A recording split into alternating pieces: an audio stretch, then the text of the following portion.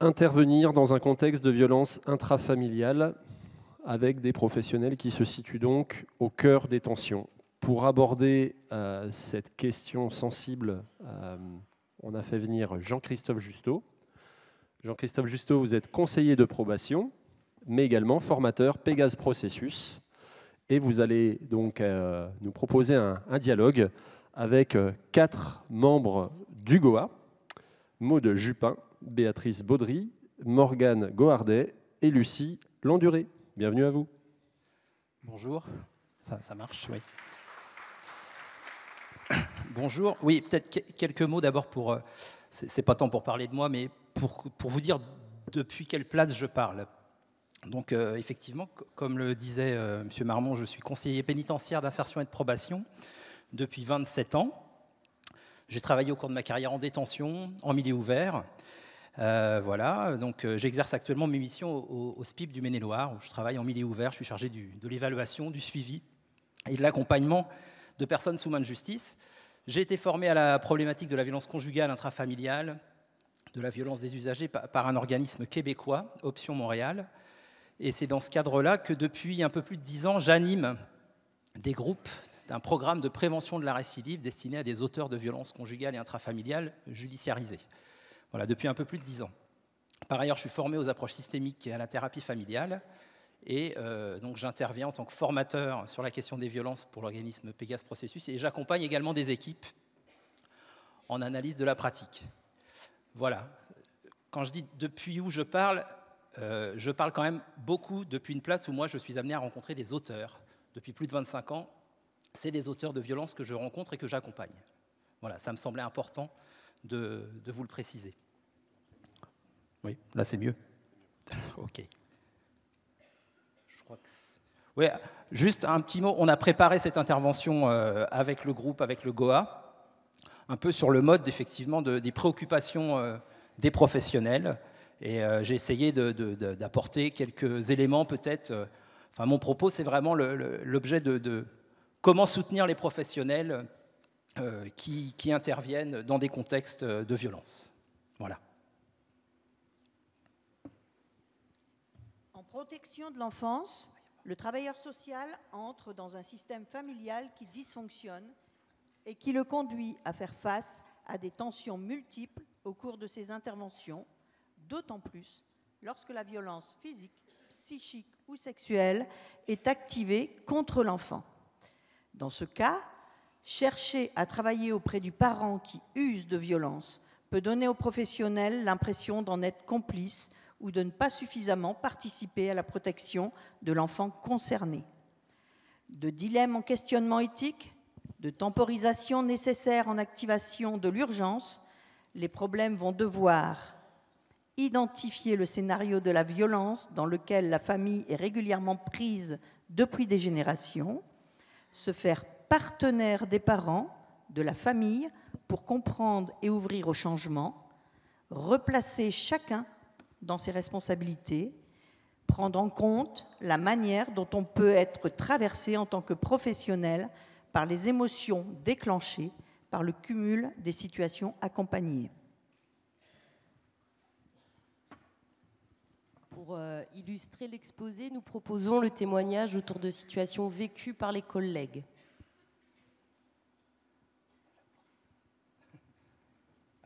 Juste, peut-être je me permets, on avait prévu des petites capsules sonores. Visiblement, la première ne passe pas. C'est ça. Mais les suivantes vont passer. Donc c'est suspense. J'étais mandatée avec une collègue il y a quelques années pour intervenir auprès d'un couple et de leurs 5 enfants suite à une information préoccupante concernant des attitudes extrêmement sexualisées de l'une des enfants. Le père a déjà été incarcéré pour des faits d'agression sexuelle sur sa sœur. Les 5 enfants ont tous des difficultés et fragilités importantes. La mère est décrite comme en capacité de faire et les conditions de prise en charge sont préoccupantes. Je me sens déjà en vigilance, voire en hypervigilance. Ce ressenti s'amplifie, comme lorsque monsieur m'adresse ce propos que je n'entends pas. « Tu n'as qu'à venir et je te viole ». Les excuses et explications de monsieur invoquant que la joie suscitée par les fêtes de fin d'année lui ont fait dire cela nourrissent encore davantage mon ressenti. Les rencontres avec les enfants ne permettent pas d'avoir plus d'éléments, mais ne me rassure pas non plus. Au terme d'une première année d'intervention, je suis toujours avec de nombreuses interrogations quant au fonctionnement familial qui nous semble très opaque et dysfonctionnel. Je ne dispose toujours pas d'éléments plus objectivables qui pourraient confirmer qu'un réel danger existe au domicile. Les enfants ne verbalisent toujours pas grand-chose, mais leur contexte d'évolution continue de nous interpeller. Pour ma part, je suis encore avec « mais qu'est-ce qui se passe dans cette maison ?» Au terme du second mandat, nous sommes toujours avec les mêmes interrogations. Ma collègue s'interroge quant à notre utilité dans ce contexte de non-adhésion et d'opacité, mais elle me rejoint sur le fait que nous sommes au moins en veille. Mon ressenti que les enfants sont en situation de danger dans son fonctionnement familial m'habite toujours, voire même est encore renforcé. Toutefois, et selon nos critères et nos pratiques, nous ne disposons pas d'éléments encore suffisamment objectivables. Mais à quel moment un élément devient-il objectivable ?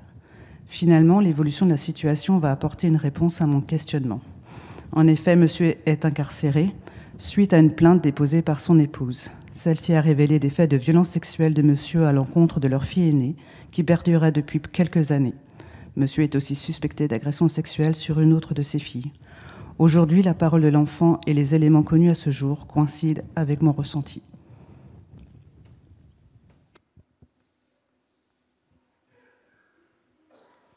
Parler de la violence, comportement sexualisé de l'enfant, propos inadaptés, fonctionnement opaque, éléments non objectivables.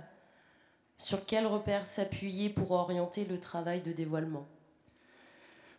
Alors pour commencer, je pense qu'il est important d'être au clair sur les définitions. Quand je donne une formation sur les violences conjugales et intrafamiliales, je commence systématiquement par faire travailler les collègues sur des définitions, parfois en sous-groupe.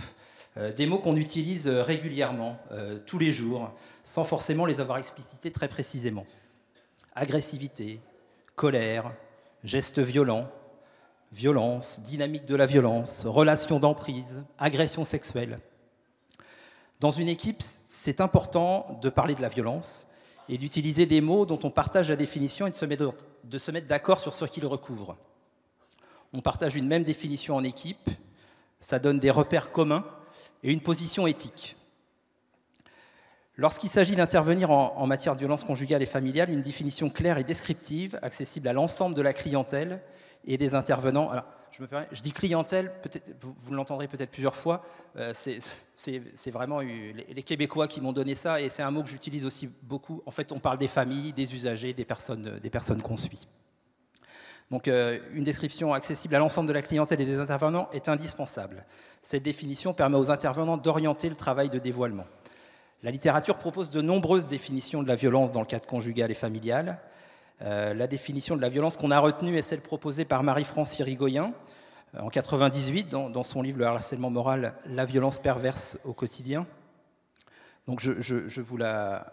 Voilà, elle s'affiche. Donc toute action, geste, parole, comportement, attitude, etc., dont l'intentionnalité est malveillante, dominer, contrôler, se débarrasser, et porte atteinte par sa répétition ou sa gravité à la dignité psychique ou physique d'une personne. On y retrouve les trois dimensions qui caractérisent la violence: un acte, une intention et une victime.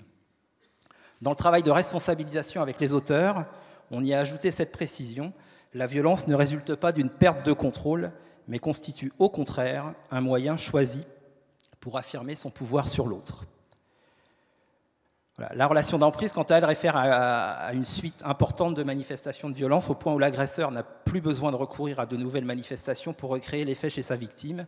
L'effet demeure, même après le départ de l'agresseur, et la victimisation est persistante, il y a une intériorisation de la violence.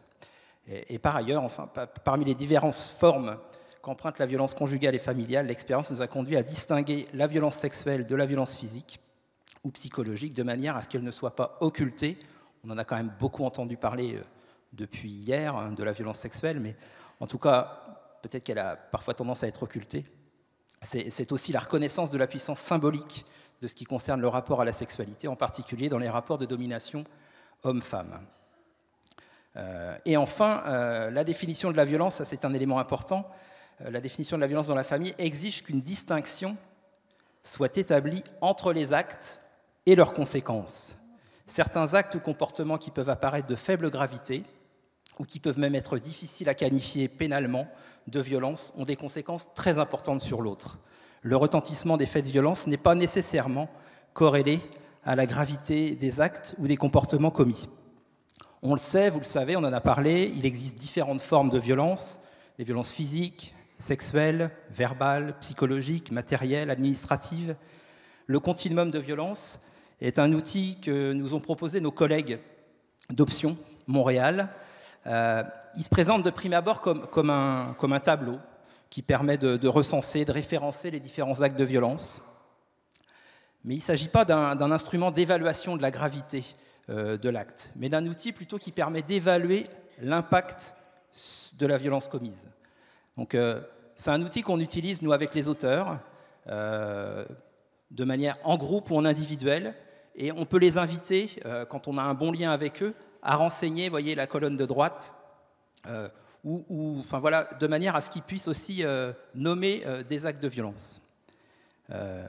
Et on voit bien que la répétition d'un acte situé en bas du continuum peut entraîner un impact traumatique aussi fort qu'un acte unique qui est situé plus haut. Et d'ailleurs, je pense que la relation d'emprise, elle peut s'installer de cette manière-là, avec parfois des actes qui sont situés très bas, du dénigrement, rabaisser l'autre, des moqueries. Il peut y avoir de la violence physique également, mais on voit bien aussi que la répétition d'actes de violence situés en bas du continuum peut avoir des effets dévastateurs sur l'autre. Donc le travail avec le continuum peut favoriser la reconnaissance de faits de violence, faire émerger une première reconnaissance qui soutient le processus de responsabilisation. On peut aussi demander aux personnes ce qui constitue de la violence selon eux. En groupe, lors d'une des premières séances, on fait un petit exercice de brainstorming et avec les auteurs de violence, et on leur demande, quand on vous dit violence, à quoi pensez-vous? L'idée, c'est vraiment de les faire parler sur ce qu'est de la violence pour eux.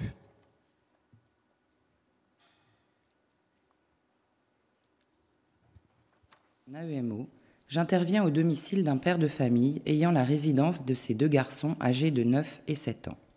Ce père, issu de la communauté des gens du voyage, a toujours été sédentarisé. Il est connu par les services sociaux comme un homme inspirant la crainte et la menace. Il a, par ailleurs, été condamné à plusieurs reprises pour des faits de violence, et notamment pour des violences sur son ex-compagne, mère de ses enfants. Il voue une passion pour le catch, pratique qu'il impose à ses enfants au domicile. Suite à une interpellation de l'école informant qu'un des garçons a une dent cassée suite à un coup reçu par son père, je me rends au domicile. Lors de mon échange avec lui, monsieur reconnaît le coup donné à son fils aîné, le présentant comme un geste d'autorité afin de recadrer son fils qui lui a désobéi. Je comprends à travers ses propos que ce coup a été porté avec le poing. Le fait que cet homme ne semble pas identifier l'inadaptation de son geste ainsi que son caractère violent anime le tout jeune professionnel que je suis. Je tente donc de lui faire entendre cela en le convoquant sur le caractère violent de son geste tout en lui rappelant la loi. Mes propos ont pour seule conséquence de générer son emportement. Il se lève brusquement et me laisse songer un instant qu'il va s'en prendre à ma personne. Or, il s'approche de moi et se retourne en retirant son t-shirt. Il m'expose alors son dos, portant les stigmates de vieilles lacérations tout en criant « Ça, c'est être victime de violence ». Quand je n'écoutais pas ma mère, elle m'attachait sur mon lit et me fouettait avec une chaîne de mobilette. Jamais je ne ferai de mal à mes enfants. J'accompagne cette famille depuis peu de temps, suite à des violences physiques de la mère sur ses 2 filles, Léna, 8 ans, et Sophie, 12 ans. Sophie a des difficultés de comportement au collège. Arrogance vis-à-vis des adultes, problèmes d'apprentissage, relations difficiles à ses pairs, et nous devons souvent intervenir à ce sujet. Nous sommes sollicités pour cela. Mais cette fois, le collège nous interpelle pour toute autre chose. Suite à une semaine d'exclusion, Sophie est revenue la tête rasée. Sa mère avait fait ça pour la punir. Elle pleure, elle leur dit qu'elle a pensé à fuguer de la maison. On rencontre Sophie, on prend le temps avec elle, mais Sophie ne nous dit pas grand-chose. Elle sourit et nous parle de l'école. On finit par aborder nos inquiétudes face à la punition de sa mère, mais elle nous dit que ce n'est pas grave. Elle explique qu'elle ne s'est pas rendue compte que sa mère la rasait, qu'elle croyait qu'elle la coiffait. Quand elle a compris, elle n'a rien dit parce que ce n'était pas si grave, dit-elle encore tout en baissant tristement la tête. Quand on reprend avec madame cette punition qui nous semble complètement inadaptée, madame banalise expliquant que cela se fait régulièrement dans son pays d'origine, le Congo, qu'elle-même petite a souvent subi cela, que c'est comme cela que l'on éduque ses enfants, qu'elle ne l'a même pas frappée. Si je ne peux même plus la punir, comment va-t-elle m'obéir, dit-elle. Madame ajoute que si elle fait ça, c'est pour le bien de sa fille, pour poser son autorité. Mais dans le même temps, elle avoue son épuisement face au comportement de ses enfants.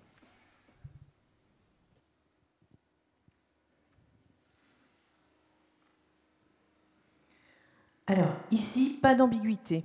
Le parent a eu recours à la violence physique, l'humiliation pour sanctionner son enfant. L'interdit est dit, explicité. Rien ne vient pourtant cependant garantir que dire signifie arrêter. Comment rejoindre le parent quand les logiques semblent s'opposer? Oui, comment rejoindre le parent en systémie? Comment s'affilier avec les personnes, y compris celles qui se sont montrées violentes ou qui peuvent continuer de l'être? Entrer en relation avec quelqu'un, et vous le faites au quotidien, c'est accepter d'entrer dans son monde. Importance d'écouter quelles sont ses représentations, sa vision du monde, et les considérer pour ce qu'elles sont, des croyances qui structurent la manière dont les personnes voient les choses. C'est important, je pense, d'éviter les jugements a priori. Quand j'ai écouté la première capsule, celle avec le monsieur originaire de la communauté des gens du voyage, je me suis d'emblée posé cette question. Qu'est-ce qui a été déposé à l'intérieur du professionnel avant la rencontre? Il avait entendu parler de ce monsieur, on lui avait raconté tout un tas de choses sur son compte. Peut-être était-ce une personne ou une famille connue du service depuis très longtemps. Peut-être qu'il avait lu le dossier. Enfin, en tout cas, il y a déjà toute une histoire avant la rencontre. Peut-on parler d'acceptation de la violence dans certaines familles? Moi, je pense que c'est un mot délicat. Il vaut sans doute mieux parler de perte de repères et essayer d'éviter les mots qui coupent la relation. Pour utiliser le continuum, par exemple, dont on a parlé tout à l'heure, il faut un excellent lien avec les personnes. Et le questionnement systématique peut être adapté. Par exemple, moi, ça m'arrive assez souvent de demander, selon vous, qui a le plus souffert dans cette situation? Et si l'auteur répond que c'est lui qui a le plus souffert, on peut lui demander comment il a fait pour se rendre compte qu'il a souffert. Et puis après, on peut lui demander « et qui d'autre ?» Et le deuxième, et le troisième. C'est important d'accompagner l'auteur, alors jusqu'au basculement, parfois le basculement il ne vient pas, mais enfin en tout cas le travail autour de la reconnaissance de la violence est un travail long qui nécessite beaucoup de patience. On doit aussi accepter, tolérer l'absence de demande de changement des gens. Et ça c'est particulièrement compliqué. La question du temps dont on a parlé hier aussi avec l'intervention du philosophe est importante aussi, je pense. Voilà. C'est Marshall Rosenberg, l'inventeur de la communication non violente, qui dit de la violence que c'est l'expression tragique d'un besoin. On peut considérer que les personnes ont de bonnes intentions. J'anime des groupes d'auteurs de violences conjugales intrafamiliales depuis plus de 10 ans et j'ai croisé très peu d'hommes qui voulaient transmettre la violence à leurs enfants. Cet homme-là, celui de la vignette dont on parlait, il ne se considère pas forcément comme quelqu'un de malveillant. Compte tenu de son histoire, des violences graves qu'il a vécues enfant, il estime qu'un coup de poing n'est pas si grave par rapport aux actes qu'on lui a infligés petit. Donc c'est important de rejoindre la personne là où elle est. Le continuum dont on a déjà parlé est un outil qui peut aider le parent à identifier la violence qu'il a subie enfant. Être reconnu comme quelqu'un qui a vécu des choses difficiles, ça aussi, ça peut favoriser la relation. Ce n'est pas pour mettre en balance ou pour excuser les actes de violence commis sur les enfants, ça contribue à ouvrir les yeux sur la violence, ses conséquences, à débuter la conscientisation, et cela soutient le processus de responsabilisation.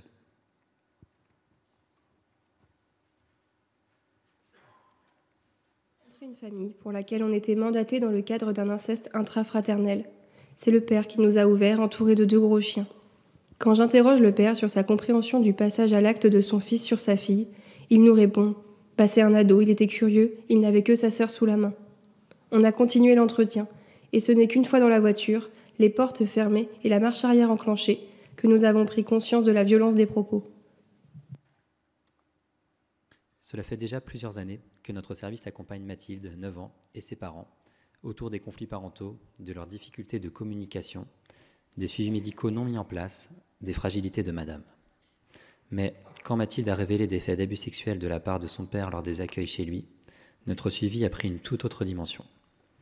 Madame, pourtant décrite comme fragile et vulnérable, a entendu sa fille et a fait ce qu'il fallait pour la protéger. Dépôt de plainte, sollicitation auprès du juge des enfants pour suspendre le droit de visite de monsieur. Mais cela relève de la compétence du JAF. Après de longs mois, l'affaire sera finalement classée sans suite, faute d'éléments suffisants. Finalement, un nouveau jugement JAF vient statuer sur une reprise de lien progressif au domicile de monsieur entre lui et sa fille. Cela fait déjà un moment que Mathilde ne voit plus son père. Madame nous dit vouloir la protéger, ne pas vouloir forcer cette reprise de lien, car Mathilde manifeste son mal-être, son refus. De son côté, monsieur dépose plainte pour non-présentation d'enfant. Il nie les faits, nomme l'emprise maternelle. Madame est très angoissée, nous dit que Mathilde l'est aussi, qu'elle ne sait plus quoi faire ni comment la protéger. Elle attend notre intervention et notre aide. Après plusieurs échanges et partages en équipe, on décide de proposer une rencontre médiatisée dans notre service pour une première reprise de lien. Quoi que l'on en pense, la décision JAF est là, et le dernier jugement du juge des enfants demande que l'on accompagne la reprise de lien père-enfant. Madame accepte la rencontre tant que l'on est présent. Mathilde, elle, nous dit être d'accord pour rencontrer son père en notre présence, à la condition de pouvoir jouer à la balançoire dans le parc du service. Puis finalement, elle revient sur ce qu'elle dit et refuse. Le jour de la rencontre, Madame nous appelle pour nous dire que Mathilde a essayé de s'enfuir par la fenêtre, qu'elle pleure et qu'elle crie. Elle s'est enfermée dans les toilettes et ne veut pas venir au service. La visite est finalement annulée.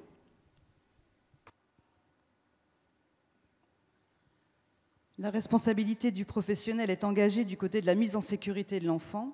Que recouvre celle qui incombe aux parents protecteurs ou agresseurs? Alors peut-être déjà quelques présupposés de l'intervention en matière de violence conjugale et intrafamiliale. La loi doit être dite. La violence conjugale ou familiale est un acte criminel. La violence conjugale est une construction psychologique et sociale. Le recours à la violence individuelle, le recours à la violence demeure un choix individuel. Par ailleurs, un individu n'est pas violent en soi, mais il manifeste de la violence dans tel contexte ou dans telle interaction. Moi, j'ai rencontré des hommes qui avaient été violents avec chacune de leurs compagnes, et j'en ai aussi croisé qui avaient été violents uniquement avec l'une d'entre elles. Les gens ne sont pas violents tout le temps, ils sont violents dans certaines situations, dans la relation. Tout adulte impliqué dans une situation de violence conjugale ou familiale est 100% responsable de ses conduites d'agression et d'assurer sa propre sécurité. Et enfin, il est nécessaire de situer la violence dans un contexte de rapport homme-femme. On ne va pas utiliser un mot qu'on entend beaucoup en ce moment, mais voilà, dans le patriarcat. C'est-à-dire que ça traverse quand même les situations qu'on rencontre. La responsabilisation est une position éthique qui favorise l'arrêt d'agir, reconnaissant à chacun la capacité de ne pas recourir à la violence. Elle renvoie à la possibilité de changement comme étant un choix individuel. C'est un peu l'idée de la deuxième partie de notre définition. Moi, je dis souvent aux auteurs de violences conjugales que le fait que ce soit un choix, ça peut les irriter, cette question-là, parce que parfois, ils disent qu'ils ont perdu le contrôle. Et nous, on leur dit que non, au contraire, ils ont pris le contrôle par la violence. Mais l'idée que ce soit un choix, je leur dis que c'est plutôt une bonne nouvelle, parce que ça veut dire qu'ils ont le choix de faire autrement. Donc c'est vraiment cette idée-là qu'on porte, nous, dans les groupes avec les auteurs. Donc voilà, ça renvoie à la possibilité vraiment de changement comme étant un choix individuel. La personne violente agit ainsi, non pas à cause du comportement ou de l'attitude de l'autre, mais parce que quelque chose en elle réagit à ce que l'autre fait. Sa réaction ne dépend pas du comportement ou de l'attitude de l'autre, mais de ce que ce comportement ou cette attitude l'amène à revivre de l'expérience du passé. Les intervenants qui œuvrent au niveau de la violence intrafamiliale sont conviés à assumer une responsabilité sociale. En effet, les intervenants sont les représentants de la société qui condamnent la violence, les abus faits aux femmes et aux enfants et à toute personne. La loi, je le répète, doit être dite et affirmée. Cependant, le recours à la loi ne peut être le seul moyen d'intervention au niveau de la violence dans la famille. Il faut comprendre la complexité des liens qui se sont créés entre les différents acteurs de la violence, qui mettent si souvent en échec le système judiciaire. Aucun intervenant ne peut se substituer aux décisions des différents acteurs de la violence. Chacun est responsable à 100% des gestes qu'il pose. L'intervenant qui utilisera une autorité bienveillante, légitime et non abusive pourra exercer sa fonction de contrôle social d'une façon plus congruente.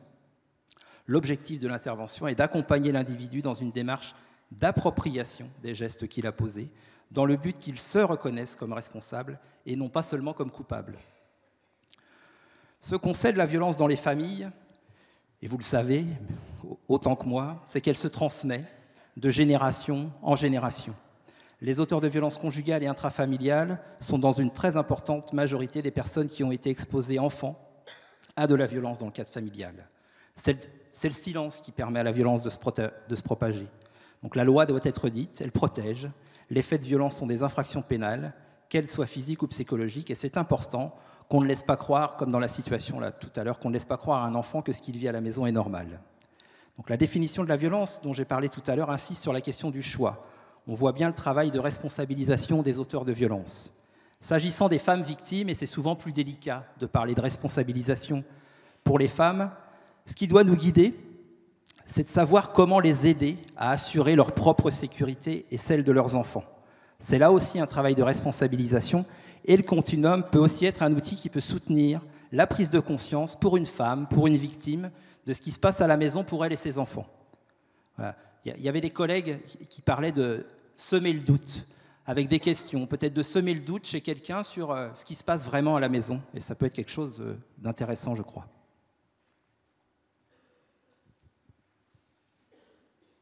Deux enfants que nous accompagnons. Les enfants évoquent de nouveau des scènes d'alcoolisation et de violence de leur mère la nuit. Le plus grand, qui a 10 ans, nous demande si nous pouvons réécrire au juge pour qu'ils puissent rester vivre avec leur papa et se rendre moins souvent chez leur maman. Nous avons interpellé le juge des enfants, qui ne souhaite pas se positionner dans l'attente du juge aux affaires familiales. C'est une situation complexe dans laquelle tout le monde est en souffrance. La mère nous reproche de ne pas être en protection de ses enfants, qui, selon elle, sont manipulés par le père. Les enfants et la famille de Madame nous alertent sur la fragilité psychique de Madame, qui semble dans le déni de ses difficultés. Les enfants interpellent les adultes autour d'eux, le service, l'école, la famille, et pourtant rien ne change. Avec ma collègue, nous nous sentons impuissantes et en protection de personne.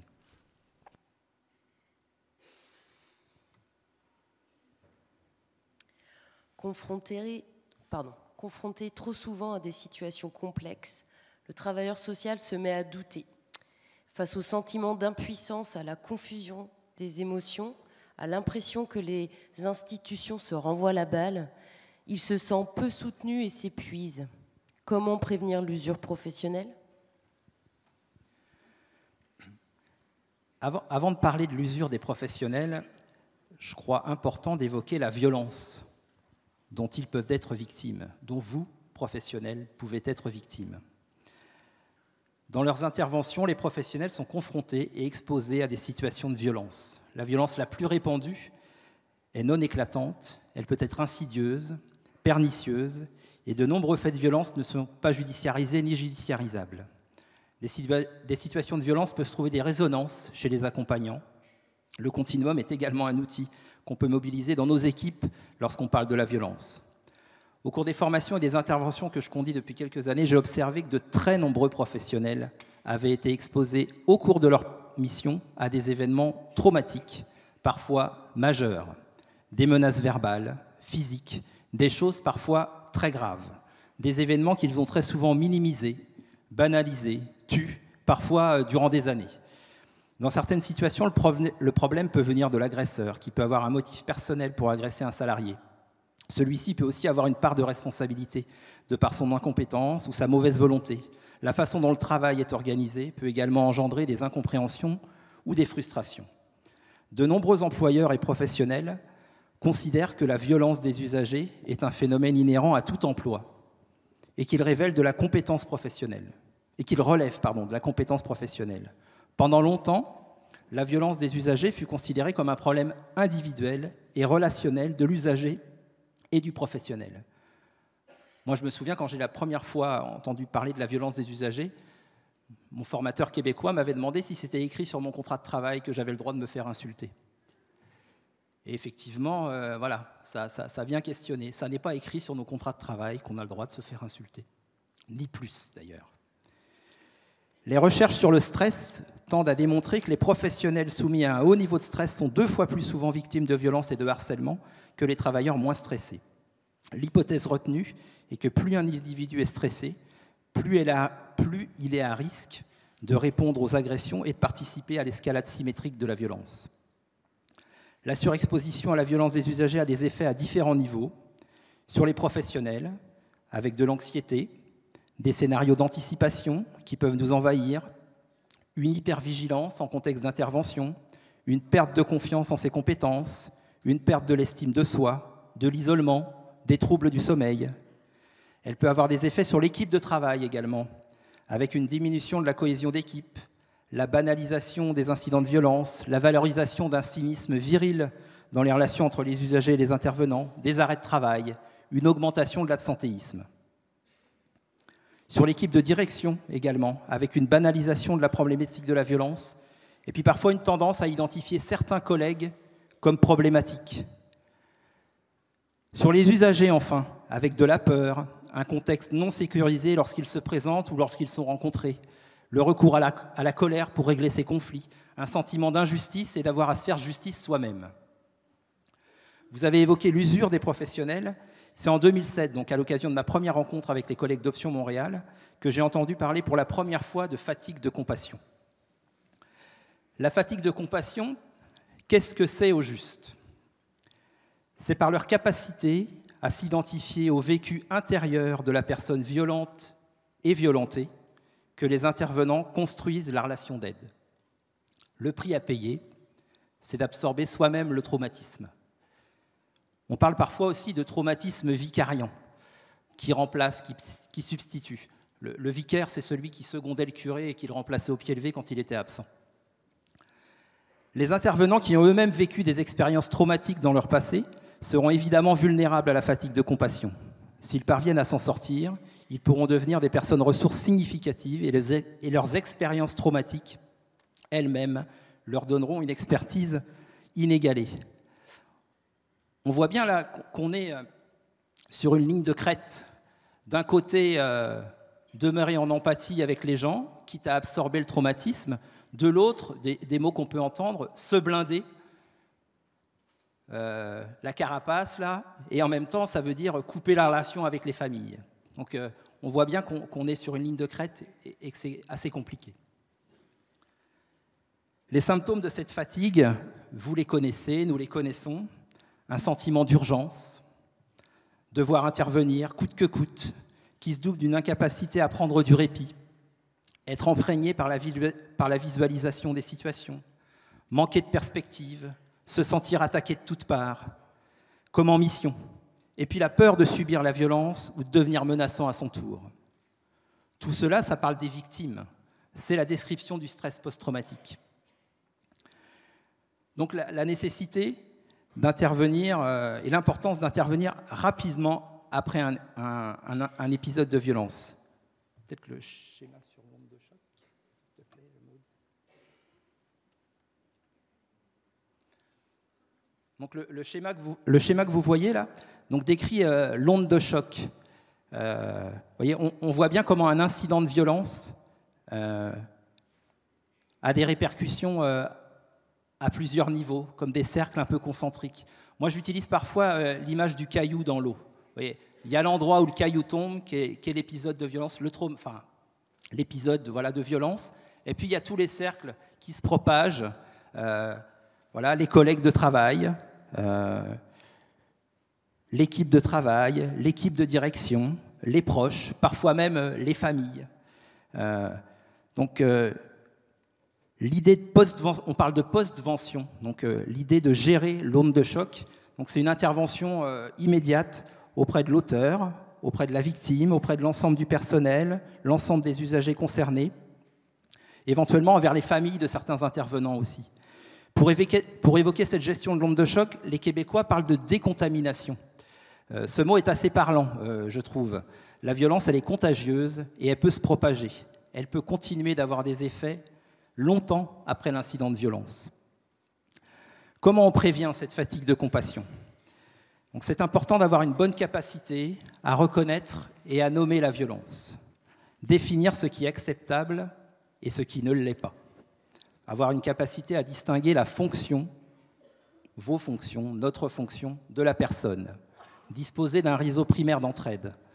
C'est très important de se désisoler, ne pas rester seul, être reconnu comme quelqu'un de compétent, avoir d'autres centres d'intérêt, des activités de ressourcement, l'humour, l'humilité aussi, faire le deuil de la toute-puissance. Au plan institutionnel, et c'est important, mettre en priorité la problématique de la violence au travail, mettre en place une politique qui reconnaît l'existence de la violence au travail, incluant la violence des usagers.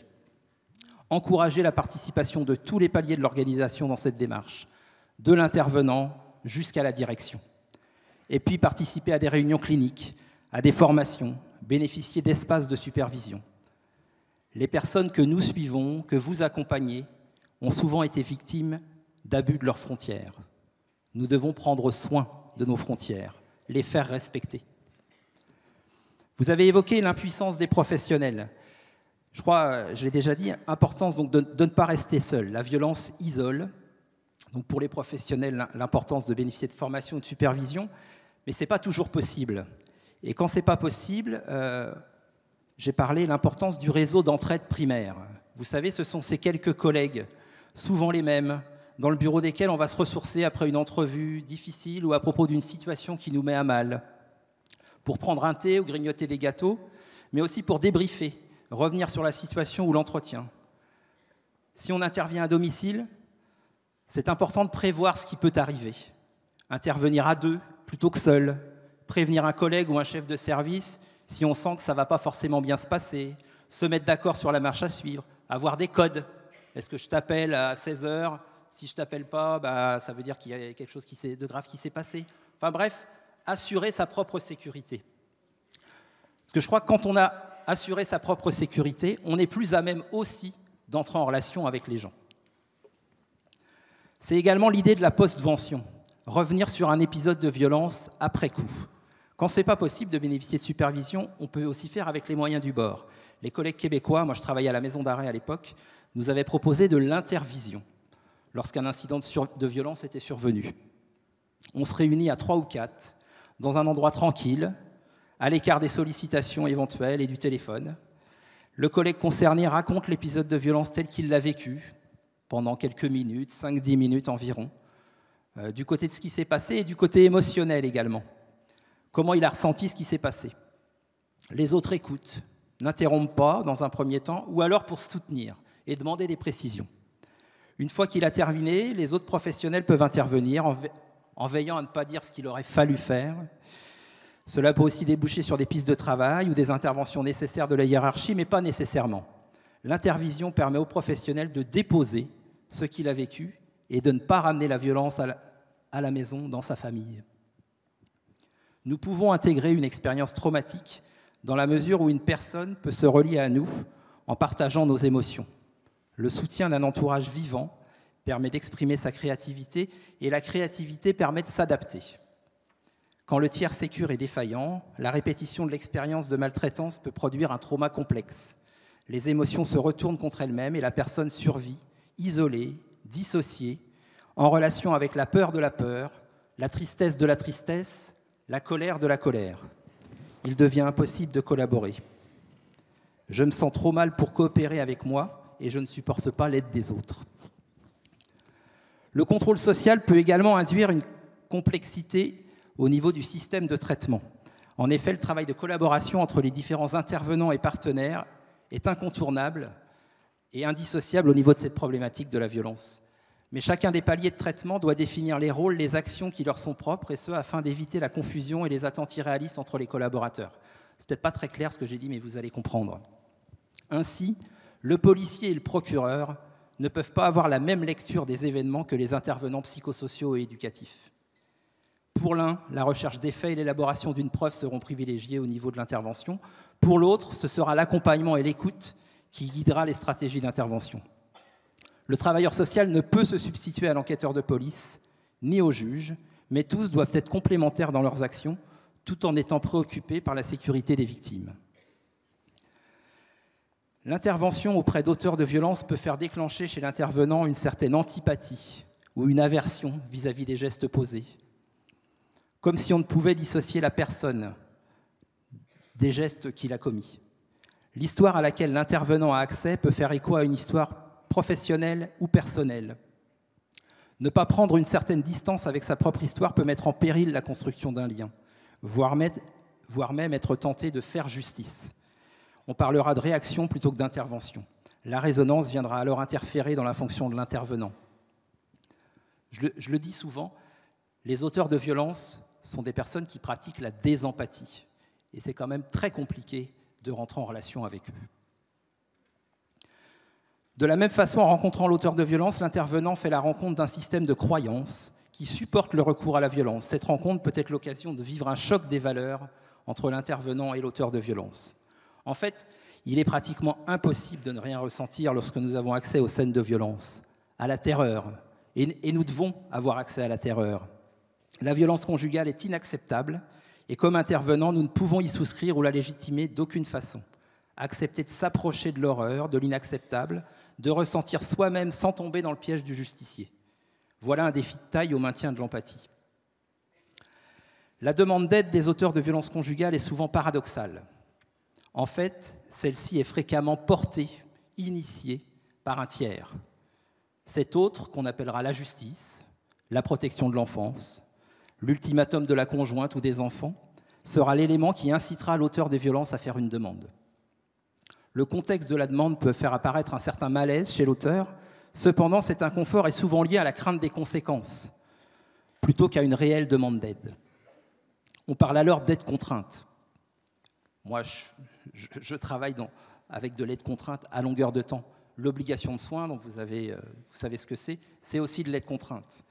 Ce positionnement confronte l'intervenant qui peut mettre en doute le sens de la demande d'aide, la motivation réelle de l'individu. Cette confusion au niveau de la motivation de l'auteur est très souvent évoquée par les intervenants. À cet égard, la socialisation des hommes peut proposer certains éléments de réponse. Nous devons tenir compte des valeurs associées à la notion de masculinité. Appartenir au monde des hommes, c'est se montrer indépendant, feindre la puissance, vouloir être dans le contrôle de soi et des autres afin de masquer ses failles et de préserver son pouvoir. La virilité comme un gage de réussite à atteindre, une preuve d'adhésion au club des hommes. Lorsque les auteurs de violence font une demande d'aide, ils se confrontent à d'autres règles, justement celles qui régissent la demande d'aide. Et vous les connaissez, la reconnaissance d'un besoin d'aide, se dévoiler, renoncer au contrôle, exprimer ses émotions. Ces éléments sont les plus souvent évoqués afin de considérer une personne active au niveau de sa demande et qu'elle adhère au processus. Donc pour prolonger cette idée, je voudrais dire un mot sur l'intérêt de l'intervention en mixité. Et j'ai bien conscience, et encore plus en regardant la composition de la salle, que c'est bien compliqué parfois dans vos équipes.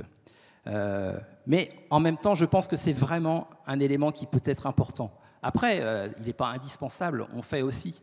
Mais en tout cas, parfois, la rencontre des hommes, des auteurs, avec des femmes, peut faire monter des résistances. Le groupe que j'anime, moi, depuis une dizaine d'années, parfois, il est animé par 2 collègues féminines, mais la plupart du temps, on essaye d'animer en mixité, et ça me semble important pour cette question-là. Le travail auprès des victimes et des agresseurs heurte les convictions des intervenants, stimule leurs mécanismes de défense et, malgré leurs compétences, alimente et intensifie les souffrances associées à des traumatismes antérieurs, ravivant ainsi une détresse qu'ils croyaient disparue. Les signes possibles du stress post-traumatique chez les intervenants sont l'impression de revivre le traumatisme, les efforts volontaires pour éviter de penser à l'événement ou à tout ce qui peut s'y rapporter, les sentiments d'étrangeté, culpabilité, des signes d'anxiété, d'irritabilité, l'agitation, l'hyperactivité, les troubles du sommeil, j'en ai déjà parlé, un état perpétuel d'alerte. Ça accroît la vulnérabilité, et ça accroît la vulnérabilité au recours à la violence dans la rue, au travail, dans sa famille. La supervision d'intervenants auprès des victimes et des agresseurs dévoile des effets semblables à ceux observés chez les victimes d'agressions répétées. La surexposition au récit des victimes peut aussi exacerber le sentiment d'impuissance des intervenants et les contraindre à affronter leurs peurs et leurs préoccupations personnelles quant au pouvoir relatif des hommes sur les femmes, et mettre en lumière les injustices économiques et sociales ainsi que les inégalités dans les droits et la protection assurée par la loi. On peut aussi parler de la faillite des institutions et parfois du dégoût que ça peut engendrer de voir des décisions qui mettent tellement de temps avant d'intervenir. L'impact de la violence sur les intervenants, les victimes et les agresseurs est d'envergure écosystémique. Les composantes en interaction sont contaminées et contribuent à accroître l'impact à tous les niveaux organisationnels. La peur se traduit de diverses façons, en divers langages, nul n'étant assuré d'être à l'abri des menaces. Ainsi, un intervenant intimidé par un client qui avait bousculé sa conjointe reconnaît difficilement la peur stimulée en lui. Lorsqu'en supervision il y parvient, il refuse de porter plainte, minimisant l'importance de l'agression. S'il accepte d'en parler à son supérieur, celui-ci, prétextant que cela fait partie de la tâche, décidera qu'un avertissement au client suffira à le contenir. Il laisse le doute des compétences s'étendre, sans voir les conséquences de la menace du client. Cette brève description du processus de contamination dont j'ai déjà parlé illustre en partie les conséquences d'une menace à l'endroit d'un intervenant. Étrangement, au théâtre de la terreur, intervenants, agresseurs et victimes peuvent devenir à la fois agresseurs et victimes. Les mêmes mécanismes de défense sont alors à l'œuvre chez l'intervenant. La peur de devenir victime, la colère, le sentiment d'impuissance, le déni, l'identification à l'agresseur, le clivage. Pour terminer, je voudrais dire que, j'en ai parlé ce matin au petit déjeuner, de cette phrase-là, il y a lieu de prendre soin de ceux qui prennent soin. Je crois que celui avec qui j'en ai parlé a dit qu'il avait entendu un philosophe dire cette phrase-là. Alors, elle n'est pas de moi, mais prendre soin de ceux qui prennent soin. Vous prenez soin, et c'est important de prendre soin de vous individuellement et collectivement.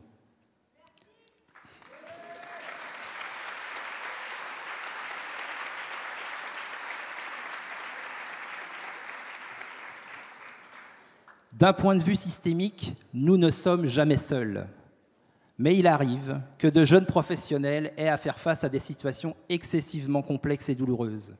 Il arrive aussi que des professionnels aguerris soient confrontés à de l'incompréhension, à des schémas trop rigides, à des interactions au sein de leurs institutions devenues au fil du temps trop peu soutenantes ou hostiles, indifférentes, critiques. Combien d'équipes en souffrance et de souffrance au sein des équipes? Combien aussi de pensées créatives et d'intelligence émotionnelle, des processus féconds d'hypothétisation mise en pratique et de pratiques modélisées et transmissibles. Chaque intervenant devra co-créer des interactions avec le système qui l'aura à guider, accompagner, soigner, soutenir. L'intervenant doit développer son empathie cognitive et son empathie émotionnelle. Cognitive, comprendre les modes de pensée, le fonctionnement du couple ou de la famille, entrer dans leur monde, leur représentation. Émotionnelle, c'est comment l'histoire du couple ou de la famille résonne en soi, accepter d'appartenir au système. En tant qu'intervenant, je crois qu'il est important de prendre son pouls émotionnel de manière régulière. Quand on rencontre des personnes ou une famille, combien de personnes sont dans la pièce ? Le couple conjugal actuel de l'intervenant?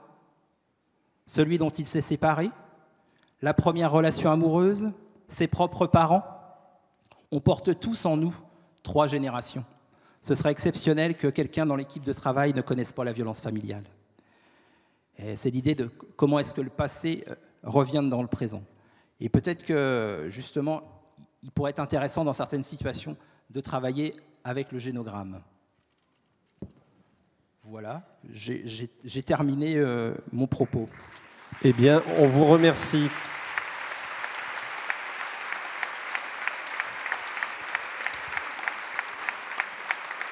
C'était donc un voyage au cœur des pratiques professionnelles. La parole est à la salle.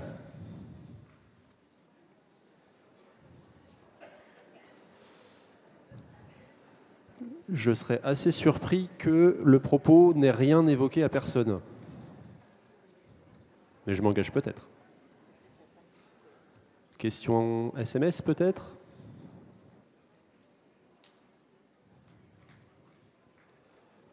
Ou alors il y a un consensus à 100%, ça peut arriver aussi.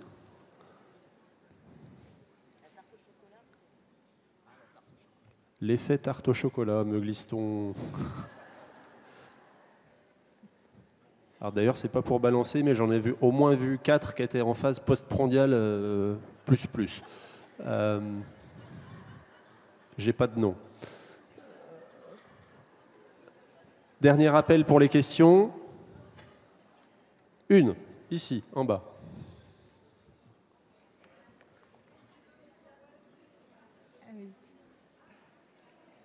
Oui, bonjour, je suis éducatrice en AEMO-AED dans la région bordelaise. C'est pas vraiment une question en fait, mais ça m'a évoqué une réflexion, puisque le thème des assises tourne autour de libérer la parole, et c'était la parole des enfants qui était à l'honneur, et ça m'a évoqué tous les empêchements à parler auxquels les éducateurs sont soumis, au risque de se tromper, et très souvent quand on ramène un propos ou des inquiétudes sur des choses vécues, on a à s'entendre dire c'est pas à nous de juger, on n'est pas le professionnel adéquat pour évaluer la situation. Et on est aussi confronté à cette solitude-là, c'est-à-dire à avoir des intimes convictions, à identifier le malaise par le malaise que l'on ressent en soi-même. Quand on se connaît bien, on sait qu'il n'est pas normal. On sait que c'est pas normal d'avoir besoin d'un quart d'heure pour arrêter de trembler quand on sort d'une rencontre. Et quand on vient rapporter le caractère manipulatoire de la personne qu'on vient d'avoir un entretien au niveau des équipes ou des directions, on est souvent amené à la prudence parce que on pourrait se tromper. Voilà. Donc je voulais partager c'est la question de la parole de l'éducateur qui est parfois qui serait dangereuse en fait, comme si lever et mettre le doigt sur ce qui fait souffrance pourrait mettre en danger les autres si des fois on avait été trop loin. Voilà. Vous avez une réaction ? Oui, enfin, non, je trouve intéressant. Enfin, cette idée déjà de ce que vous avez dit, moi j'entends se faire confiance. Quand effectivement il y a un entretien qui nous met mal à l'aise, qui nous met à mal, qui suscite en nous des émotions qui ne sont pas habituelles, ça ne peut pas être le seul indicateur, évidemment. On ne peut pas juste se reposer là-dessus. Mais je pense que c'est un indicateur important dont il faut qu'on prenne compte. Après, du côté de la situation en elle-même, je ne sais pas ce qui peut éventuellement se passer. Mais en tout cas, qu'en équipe, on puisse aussi s'occuper de ça, de ces émotions-là qui ont été suscitées. Ça me semble important. C'est pas rien, en fait. Parce que ça veut dire aussi que comment un usager, une famille, un auteur déstabilise un professionnel, c'est pris au sérieux dans l'équipe de travail et dans le service dans lequel on bosse. Et je pense que c'est important. Voilà, c'est pas une réponse, mais c'est le seul ce que je voulais vous dire. Merci. Une question SMS. Quand les pros sont exposés aux violences verbales, au-delà de l'entretien de recadrage, devons-nous, les professionnels doivent-ils, et à quel moment, porter plainte ? Il est bien question de violence verbale. Alors, il faut peut-être aller un peu plus loin. C'est quoi les violences verbales ? Parce que, par exemple, des menaces de mort, c'est une infraction pénale. Je vais te tuer, je vais te buter, tu vas manger. Ça, ce sont des menaces de mort, et les menaces de mort sont qualifiées pénalement. Et donc, on peut... je veux dire, oui, on est tout à fait légitime à déposer plainte. Maintenant, vous disiez recadrage. Alors, je ne sais pas ce que ça veut dire, recadrage. Est-ce que le recadrage, il est fait par le professionnel lui-même, ou est-ce que le chef de service, il intervient ? Je pense qu'avoir des réponses un peu graduées et adaptées, mais qui viennent signifier quand même à l'usager que ça ne va pas, que ça ne se fait pas, c'est pas rien. Merci. Alors une question que vous avez déjà évoquée, on va dire sous l'angle de la prévention, mais évidemment l'expression qu'on a vue affichée dans à peu près tous les hôpitaux de France, notamment en sortie de Ségur, prendre soin de ceux qui prennent soin, ok ? Comment ? Alors, j'ai évoqué, mais je crois que c'est un peu le sujet aussi de la table ronde qui va suivre, un peu aussi, d'avoir peut-être des pistes. Mais j'ai évoqué l'intervision. Alors, le réseau d'entraide primaire, moi, en fait, je crois que vous avez tous un réseau d'entraide primaire, des collègues avec qui vous allez débriefer un entretien, dont vous parlez. Et je pense que ça... Pardon ? Oui. Alors, évidemment, de la supervision, de l'analyse de la pratique, bénéficier de formation, c'est très important. Voilà, tous ces éléments-là sont quand même très très importants. Juste pour préciser, en effet, que l'objectif de cette intervention, c'était bien de montrer à quel point l'analyse des pratiques, elle est essentielle pour nous. Et on voulait, en effet, mettre un peu en avant cet espace, voilà, qui nous fait du bien. Merci. Dernière question dans la salle. Est-ce qu'on peut mettre le son? Ça ne fonctionne pas. Allô Saint-Malo. Ouais, super, ça marche. Juliette, je suis éducatrice à l'ASE. Je me demandais, vous parlez de choix, de recours à la violence dans les auteurs. Du coup, je me posais la question du choix des institutions de faire recours à ces violences. Il y a Alex, il me semble, dans la vidéo de La Paz, qui, quand on lui a posé la question de la violence, il a parlé de sa famille d'accueil.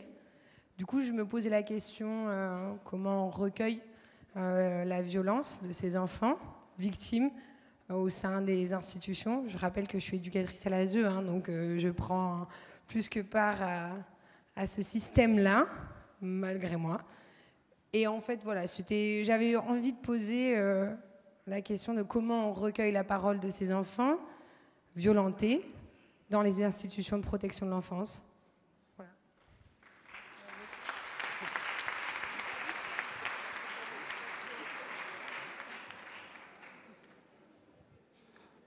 Oui, alors j'ai pas de réponse à vous donner. Je suis pas forcément bien placé pour ça. Mais je pense que c'est important, oui, de dire que oui, nos institutions également sont violentes et génèrent de la violence et qu'on est pris aussi là-dedans. Voilà. On rappellera dans la dernière loi de protection des enfants, il y a l'expression d'effet iatrogène de la protection de l'enfance qui a été introduite, c'est pas rien. Ça invite à considérer effectivement les effets indésirables de la protection des enfants. Un grand merci à vous. On était vraiment au cœur des pratiques pro et je crois que tout le monde en avait besoin. Un petit dessin peut-être, Thibaut ? Un petit dessin de Pavot. Ouais, 2-3 petits dessins. Après, on passera à Psychomédie. Pavot. Okay, excuse-moi, je te coupe la parole. Oui, un petit dessin sur les violences intrafamiliales, qui sont d'autant plus terribles qu'elles émanent de ceux-là même qui sont censés nous protéger. Alors, hop, j'ai fait un petit dessin que voilà.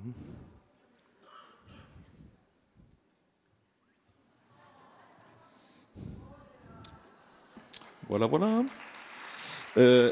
J'en ai trois autres vite fait dans la foulée. Un petit dessin sur l'impunité des auteurs.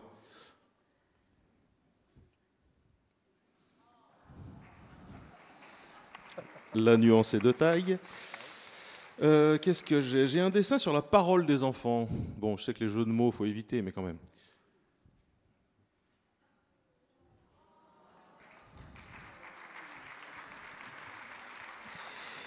Et puis oui, un dessin sur ce sombre avenir des enfants maltraités.